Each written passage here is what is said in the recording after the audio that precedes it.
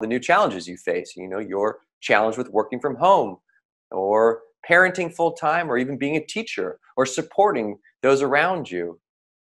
You're also challenged with building relationships with your clients in a brand new way. And you face those challenges and you've overcome them, because you can get no's, right? You think about it with this story. We got a ton of no's, but we only needed one yes. And you're not done until you get your yes. Now, you are working on the front lines. You're experiencing incredible stress and burnout. So now more than ever, it's important to take care of yourself. Because remember, you can't take care of other people if you don't take care of yourself. It's like when we used to fly all the time, the flight attendant would say, in case of emergency, put on your own oxygen mask before serving others.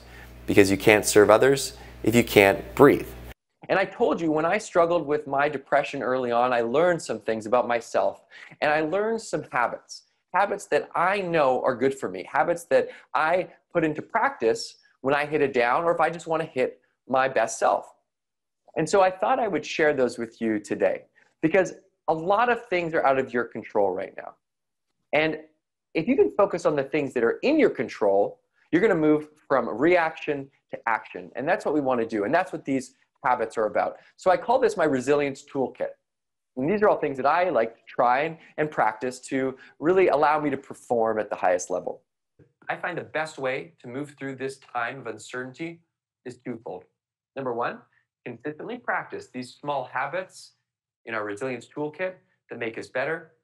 And two, continue to pursue our goals and dreams. That's why purpose is in the toolkit. Because as I said, when you're doing what you love, you have more energy and you're more alive. And let's just break down what a bucket list is. A bucket list is just a list of the most important things to you in your life. So a list of things that will bring you the most joy, happiness, and fulfillment. Now, the list itself, the physical list, that's just a device. So you don't forget about those things. Because if you don't have something to remind yourself, they get buried. The day-to-day buries them. It's human nature. It's been happening for hundreds of years. That's why the poem, The Buried Life, was written in 1852, which is why it's so important to stop and think about what's important to you. Now, I told you there's a ripple effect that happens when you do what you love. You give other people permission to go after the things that are important to them. You inspire them to do the things that they love. Well, there's also a ripple effect when you help someone. Because you don't just help that one person. You help the people around them. You help their friends, you help their family, and sometimes you help every single person that comes into contact with them moving forward.